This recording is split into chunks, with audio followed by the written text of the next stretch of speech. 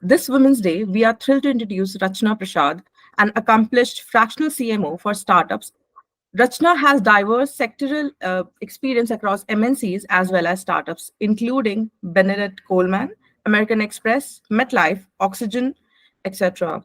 She excels in crafting and executing go to market strategies and mastered the art of media buying, orchestrated impactful product launches, secured influential celebrity endorsement, curated memorable events, and steered effective awards marketing and PR campaigns.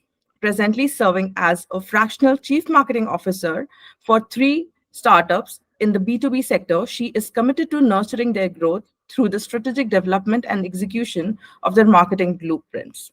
In addition to her role, she serves as a mentor on the panel of Ivy Cap Ventures, generously sharing insights and guidance to cultivate the generation of business leaders. Today, she joins us to share her inspiring journey, offering insights that resonate with entrepreneurs, especially women worldwide.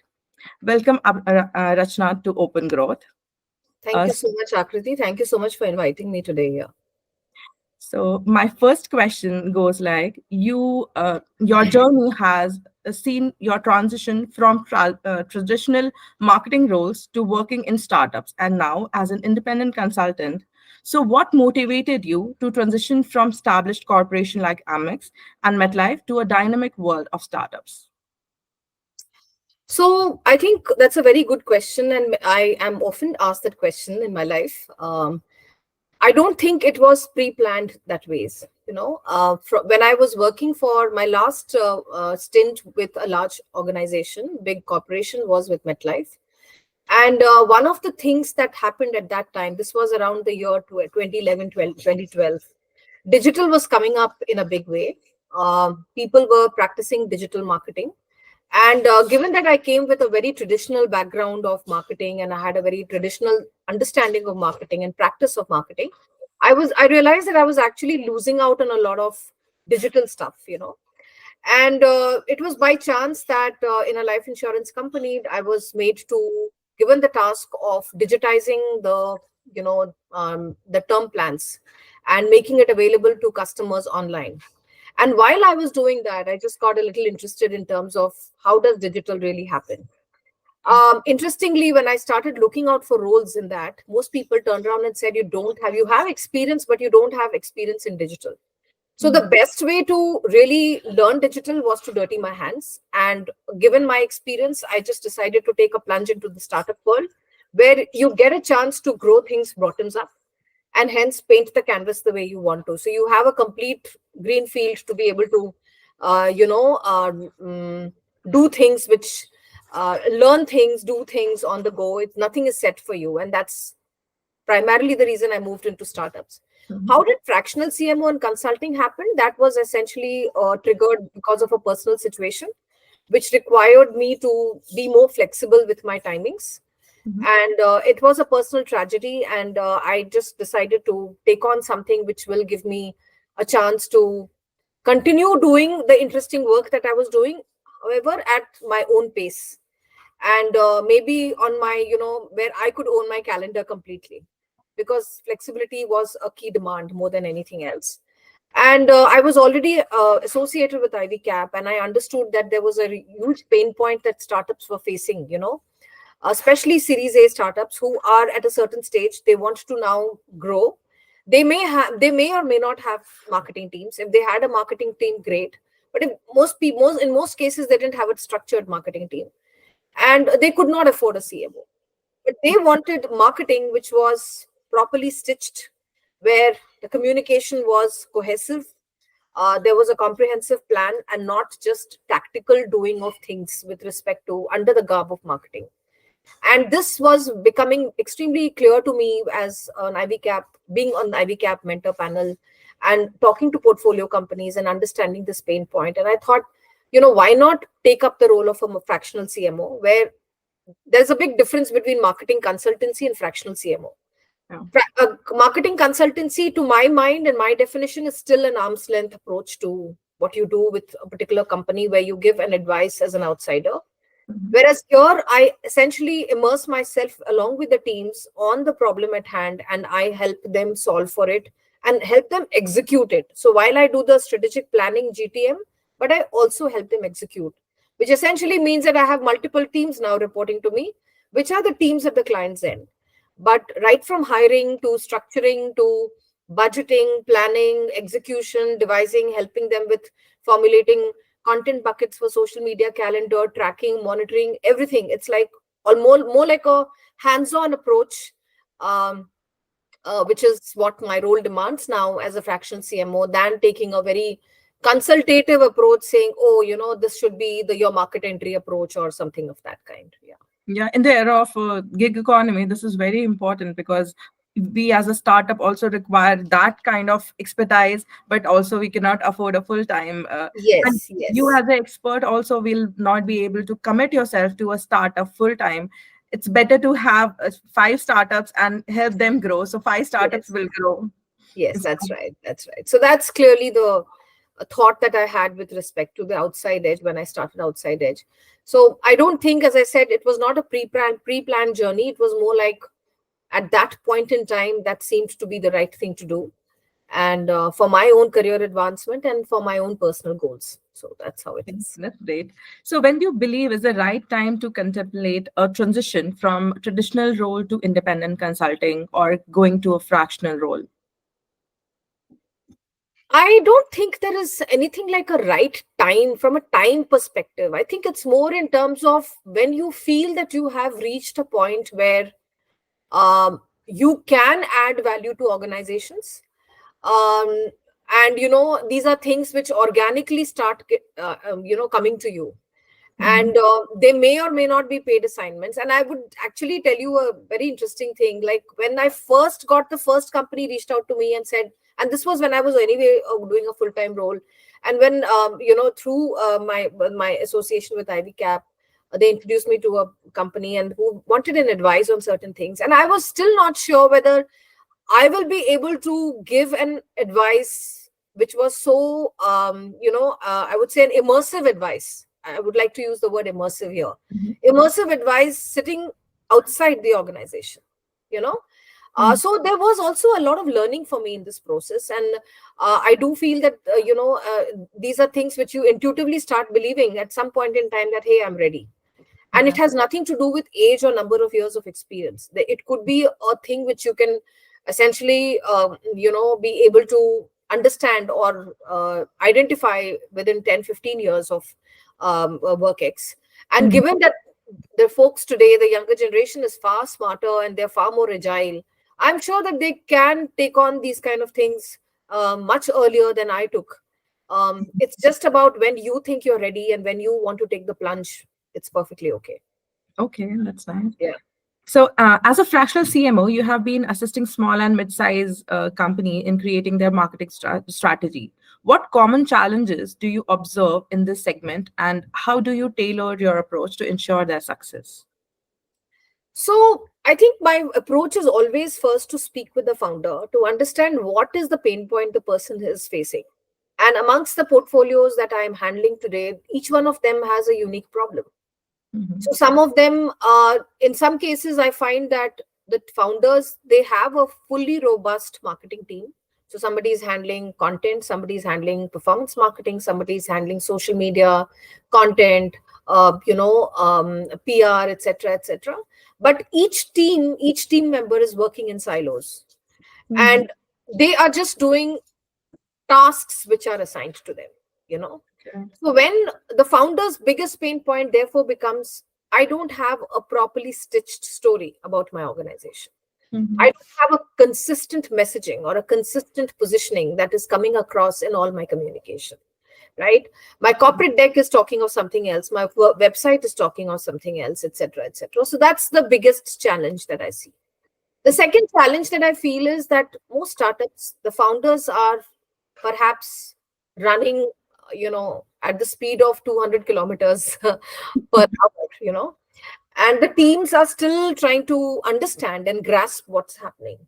And Mhm. given that resourcing is always very limited, they find it really hard to be able to prioritize jobs and tasks, and how can I make it work smarter so that I can, if not run at the same pace as the founder, but at least, you know, uh, meet him at least somewhere midway. So that becomes very important. Number three also is a big pain point, which is very interesting, because the founder, because there is no experienced person, they've essentially hired people who are, fewer years of experience, who are still learning on the curve. Um, so the founder dictates what has to be done in marketing, who may or may not be a marketer, he may essentially be a great engineering guy, a great product guy, or a great sales guy, but not necessarily having a very deep marketing mindset, right?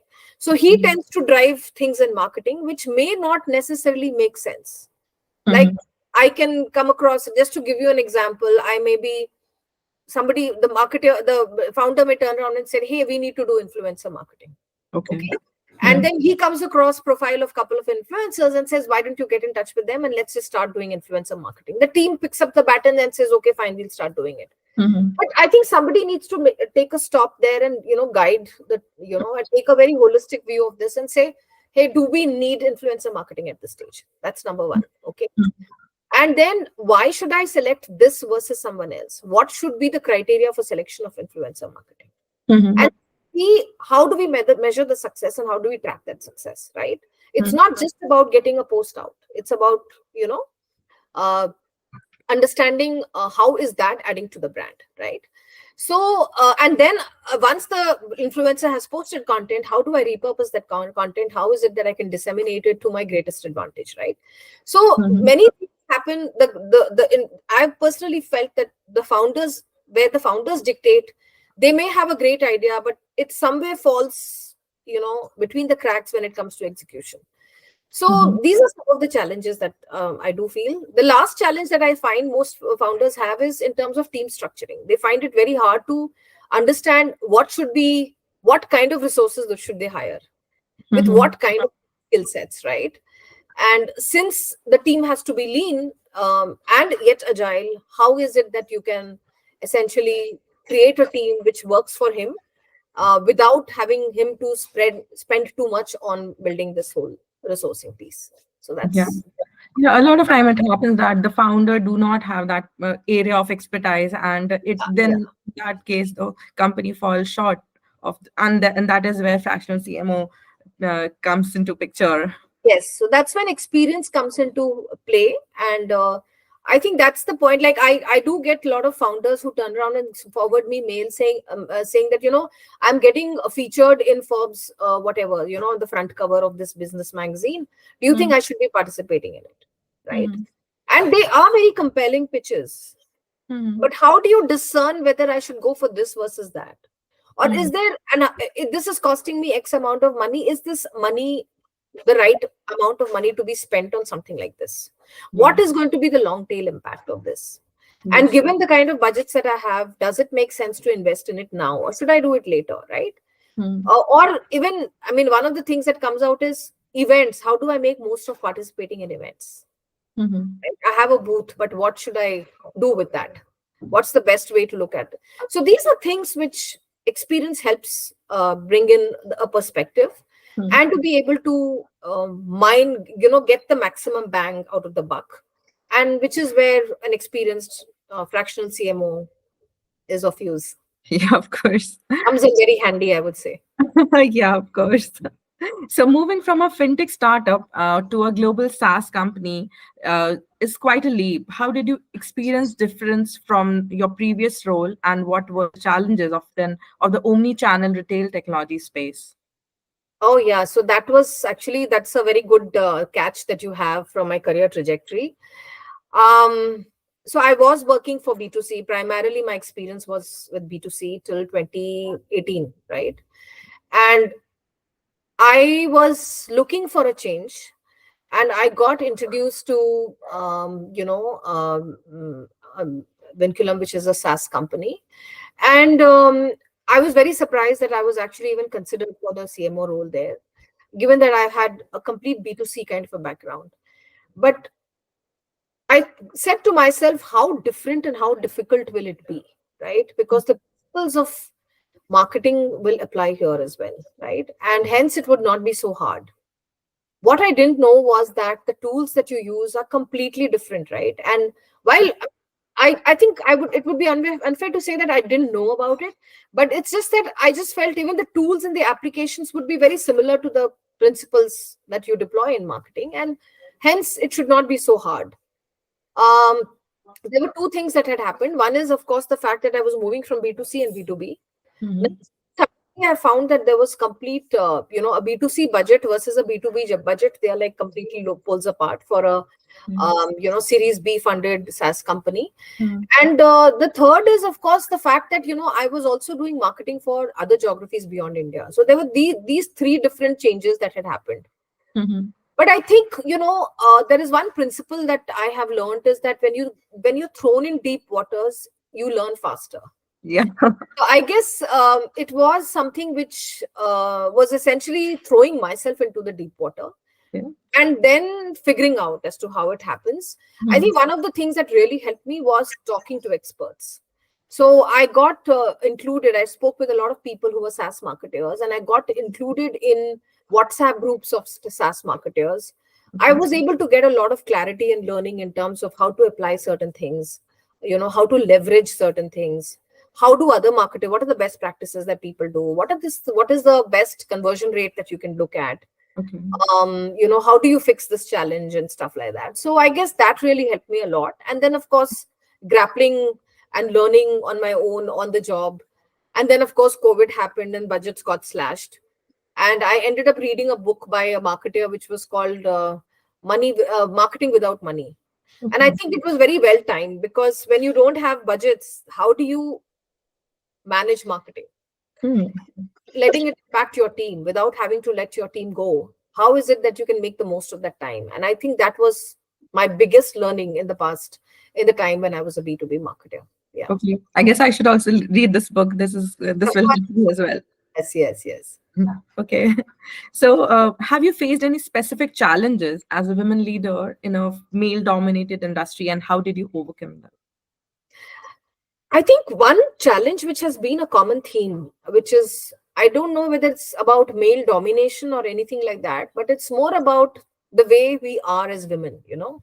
We are multitaskers. We have a job. We have a home front. We have other responsibilities. We have personal relationships at home, stuff and which are also equally demanding. And we tend to, that's a typical DNA, right?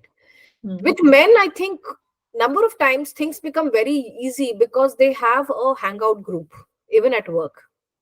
So, Yeah. they'll go out for sutta breaks. They'll just, they have a club culture kind of a thing, right? Say they would hang out in the evening, or they'll whatever. Women tend to have their own life after a certain time, especially when you have small children and stuff like that.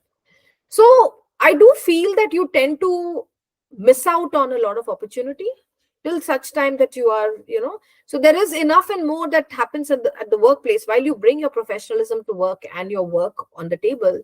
But there are also these things that essentially happen, which helps you or makes it easy for you to navigate your career path, right? Mm. um, Women typically don't have a club culture kind of thing. The second thing is that I find it very hard, but though I would say that I've been quite fortunate, but I do feel that women don't find sponsors for themselves, you know, Mhm. and those are things which women should be trained on, that you early on in your life, you find a sponsor for yourself. When I was in Amex, I was a part of a leadership program, which actually opened my mind towards the concept of sponsorship.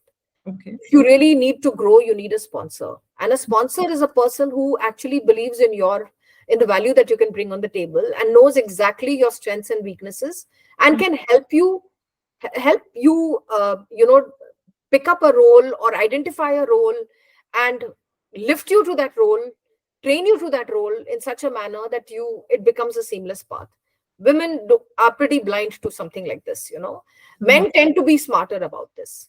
Okay. The third thing I think, which was a big challenge, is that this was especially when I moved to a tech company, which was SaaS. I was the only leader who was non-techie. Okay.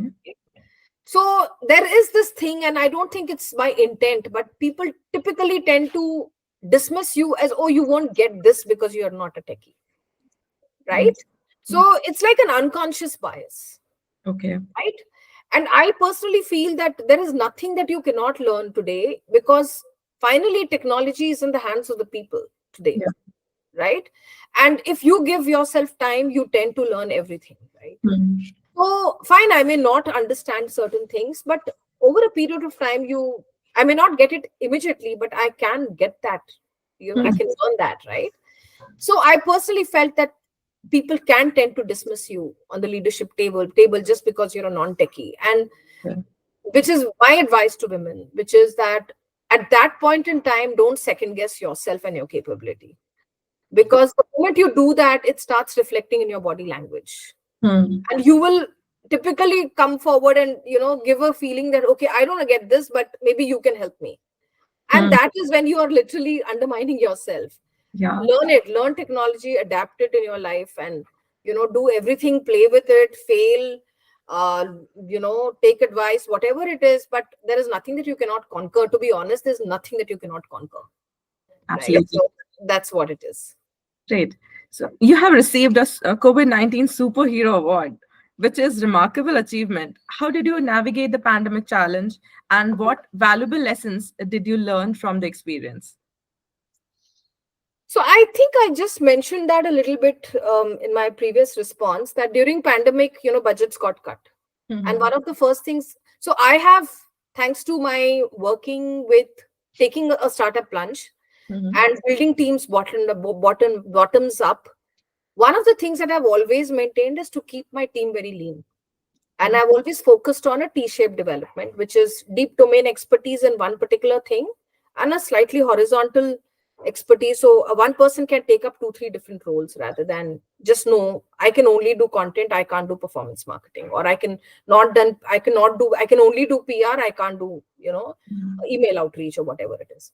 So I've always believed in building teams which are essentially T-shaped development.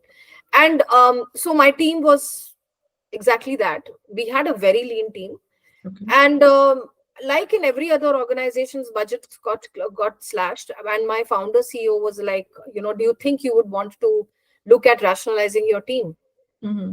And I didn't want to do that, because I personally felt that each one was adding value. Mm-hmm. Whether or not we have budgets, my first task was to ensure that we continue to do marketing Okay. without budgets. So what is it that we can do without budgets, right? Mm-hmm. And which is when that book that I was talking about, Marketing Without Money, came in very handy, because it's not about, it just shifts your perspective a little bit, saying that, like, I don't I we do come across marketers and say, oh, I don't have an agency, how can I do something like this, right? Mm-hmm. But it really teaches you lots of things. It gives you a perspective on how to, opens up your mind to become far more innovative in terms of how you end up doing certain things. Okay. So we just did that, and we managed to pull off. And that time, thanks to technology, we Zoom came in a big way. Mm. And we actually ended up doing one of our flagship events. Mm. We actually launched the flagship event that year, Okay. okay, which was completely digital in nature. Mm. And the way it was structured and the way I designed it, it was such that we did not have to spend money from our pockets, because the pitch and the relevance was so strong that we managed to get some sponsorships, Mm. and we were able to pull off a great event Mm. across geographies. And we had a phenomenal panel, Mhm. and the panelists walked in without demanding any fees. So I think we pulled off a great event, and I think I got the award because of that. Because I didn't, two things I would say. One is, of course, the fact that I did not let any team member go. So every team member I was able to retain, and each Mhm. one of them ended up contributing to marketing, like before, if not more. Mhm. And second is, we managed to do a lot of marketing without having budgets. So I guess these That's two. amazing. Congratulations for that. Thanks a lot. Having worked across diverse markets like India, C, and MEA, how do you tailor marketing strategies to suit diverse regions? So I think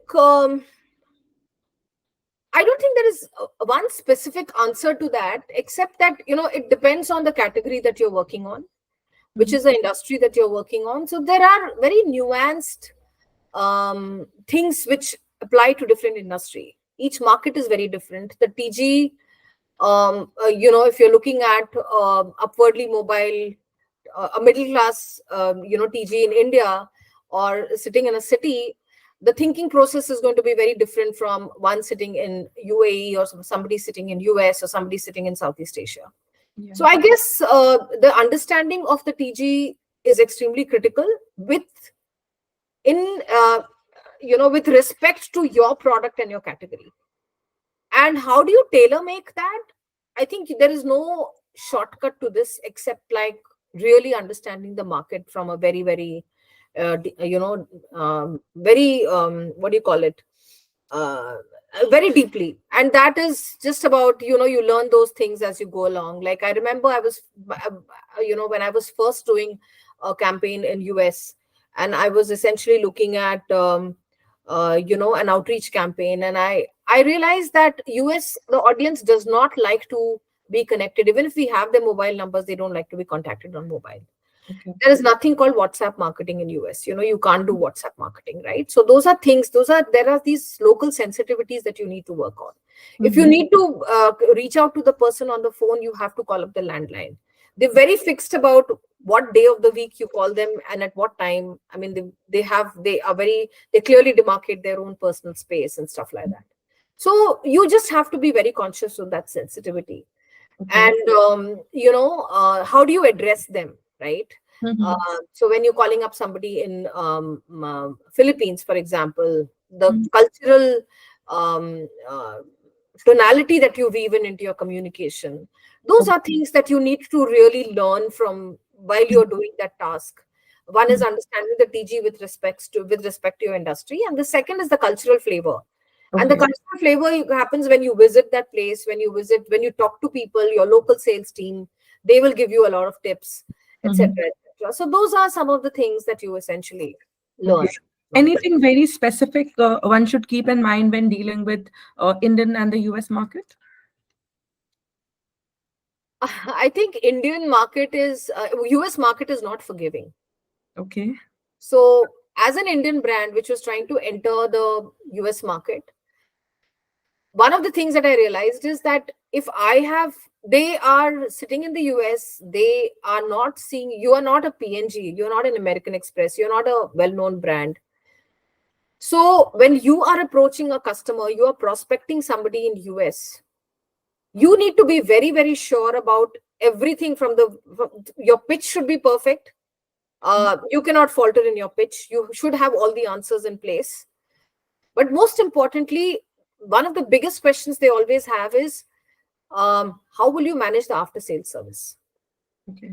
And they tend to doubt you from the point they fill in form, the lead form, when they ask for a demo of the product. Mhm. The TAT, which is the turnaround time that you take to Mhm. reach the customer after the person has filled up the form, Mhm. to the time that the call is first made, or the reach out or the email is first sent, is a clear giveaway for Okay. them. So it is really important for you to build that confidence that I am an Indian tech company. I could have perhaps the best product or software, but at least I would say that each time I would find somebody, I managed to get somebody to my lead form and make them fill the form. They would be more interested in getting a demo, and they would be more at a scouting or an exploratory stage, rather than really be convinced about signing you on till such time that you had ticked on, on the confidence levels of being able, how would you do service that person after you are Oh. um, after the sign up really happened.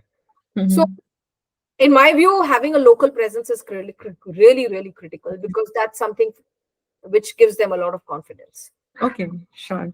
So the last question is: what advice would you give to young women on aspiring women to build a career in marketing, especially in the startup and technology sectors?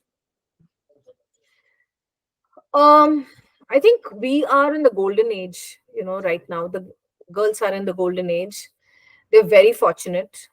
It's almost like a complete wide world out there. Um, One of the advice that I would like to give is expose themselves to different technology and what the world is up to, Um, because today what is happening is within weeks, the world is changing from Yeah. a marketing standpoint, right? Hmm. So being exposed to the trends and being exposed to what's really happening is very, very critical. So Mhm. playing with different types of technology and learning those tools so that you're always one step ahead is very important. Mhm. Second is, as women, we tend to believe that, I'm doing my work and I think organically things will happen and stuff like that. It does not necessarily happen like that. You need to go reach out and, talk to people, spend a lot of time connecting the dots, essentially look at, I would say, being more vocal about the kind of things that you're passionate about so that people start plotting you in a certain category and saying, okay, fine, this person comes with a lot of expertise and say, deep tech Yeah. marketing. Okay. Mhm. So essentially just bring them outside, bring yourself out in the focus, bring outside in the conversation rather than wait for things to happen. uh, Mhm. the other thing that I would say is that a number of times people tend to overthink. Oh, I will not take up a content role. Like I'm currently in that situation where there is a person who does phenomenal work in content, Okay. but she's very unclear where, and I keep telling her that, this is great work and stuff like that, and she's Mhm. really good. But she is very unclear about what she wants to do later on in life, and she is very clear that she doesn't want to do content. But what does she want to do is something which there is no clarity on, and I find many women stuck in that situation Mhm. who are unclear about what they want to do. They may not necessarily want to grow in what they are really good at. And the answer to that is, how much are you exposing yourself to then other things before you even take that call, right? Mhm. So is there something that you really want to do in, let's say, PR, for example, or marketing in, essentially AI driven marketing, which is, how is it that you can actually use AI from a very, very, very intrinsically in your marketing campaigns and learning the nuances of it. What are Mhm. the different applications of it? So I think it's really, really important to expose themselves and Okay. think beyond what they are essentially doing, and not being limited by their own thoughts. I think the answer is not being limited by your own thoughts. Of course. And Of today, knowledge is everywhere. I mean, you have podcasts, you have YouTubes, you have influencers, you have shorts. I mean, there's abundance of knowledge. So, if you don't like to read, which many people feel that they can't read, there is enough and more, there are enough and more podcasts that are available which you can expose yourself to and That's so true. understand what's happening in the world and Thank open your mind. Keep your mind open. That is amazing. And that is so true. People should have that, like, they should explore and they should know what they have to do. Otherwise, it will be really not like, Yeah, and also I think one more piece that I would really like to add here, and I hope we have not yet, do we still have time? Yeah. yeah. So one more piece that I would like to add here is that, the workplace is changing. The workplace dynamics have changed.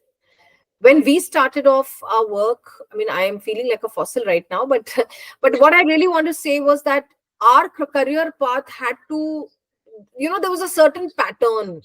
If you grew in this pattern, which you're doing great, right? Mm. Mm. Today I come across founders who have started off, they did the engineering, and then they worked for BCG or they worked for a tech company, then they did their masters, Mm. whether India or they did their MBA, whether India or abroad, then they come back, they again, play with some startups in India, unicorn startups, early stage startups and stuff like that, and then they decide to build their own product. The product fails, then they go on to a complete stealth mode for 2 years, and then they come back. Now, the interesting thing is the world is very forgiving. In fact, they really appreciate, they want to see which are the moments when you actually failed. So I think there is so much room for you to grow now, once you have that comfort that if I take a 1 year off and I just start working on myself, to be able to come back better, stronger, and whatever, you will still be given a great opportunity. In fact, there are people who actually look for failed founders in their team because they are far more resilient, right? They have seen, they know what can go wrong, and hence can help you preempt that and take preemptive measures towards that. Women, naturally speaking, have a stronger, they have a stronger DNA, essentially because they are more resilient, is Mhm. my understanding. Today, people are mandating inclusivity and diversity, and I think there is so much more that's now available to women. They don't need to be harsh on themselves. That, oh, I think one big thing is that people take off from work and then come back. They can go off the ramp. They can come back. You can show a break in your career and still be considered. You can still continue to add value when you come back. People are more forgiving about that kind of a career trajectory. So there's so much more than you can add to your body of work than just being very defensive about, oh my God, I can't take a long break. Oh my God, I think people will not give me a job. I still Mhm. remember when my daughter was born and my mother said, maybe you should take a break. And I said, but then I won't be able to get back to work. That was my first worry. Mhm. Okay. I finally did take a break and thank God for that. But uh, coming back was not easy. It was like almost like starting afresh. Yeah. Okay.